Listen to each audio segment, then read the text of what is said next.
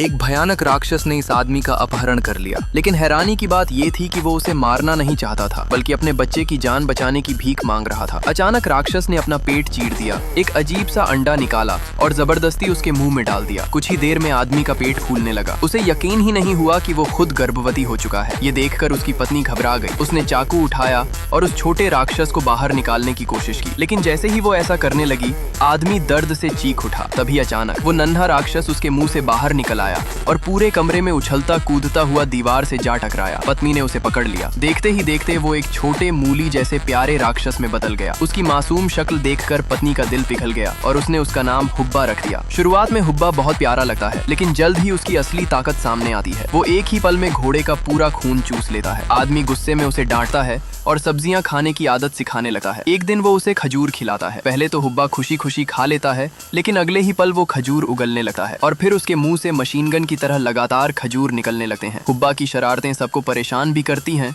और हंसाती भी हैं। लेकिन एक दिन कुछ खतरनाक लोग उसे पकड़ लेते हैं। वे उसे उबलते तेल में फेंक देते हैं, मगर हुब्बा आराम से उसमें तैरने लगता है। गर्म तेल उछलकर एक महिला के चेहरे पर गिरता है और उसका चेहरा बुरी तरह जल जाता है। गुस्से में वो 2 बड़े चाकू उठाकर हुब्बा के टुकड़े टुकड़े करने लगती है, लेकिन हुब्बा मरने की बजाय चपटा होकर पैनकेक जैसा बन जाता है। इसके बाद उसे 10 घंटे तक भाप में पकाया जाता है। फिर भी जैसे ही ढक्कन खुलता है, वो अंगड़ाई लेकर जोर की डकार मार देता है। आखिर में वे उसे एक कांच के जार में बंद कर देते हैं, लेकिन अगले ही पल जार जोरदार धमाके के साथ फट जाता है। हुब्बा हवा में कई बार उछलता है, सभी दुश्मनों को चकमा देकर भाग निकलता है और सीधा अपने मम्मी पापा जैसे उस दंपति की बाहों में आ गिरता है।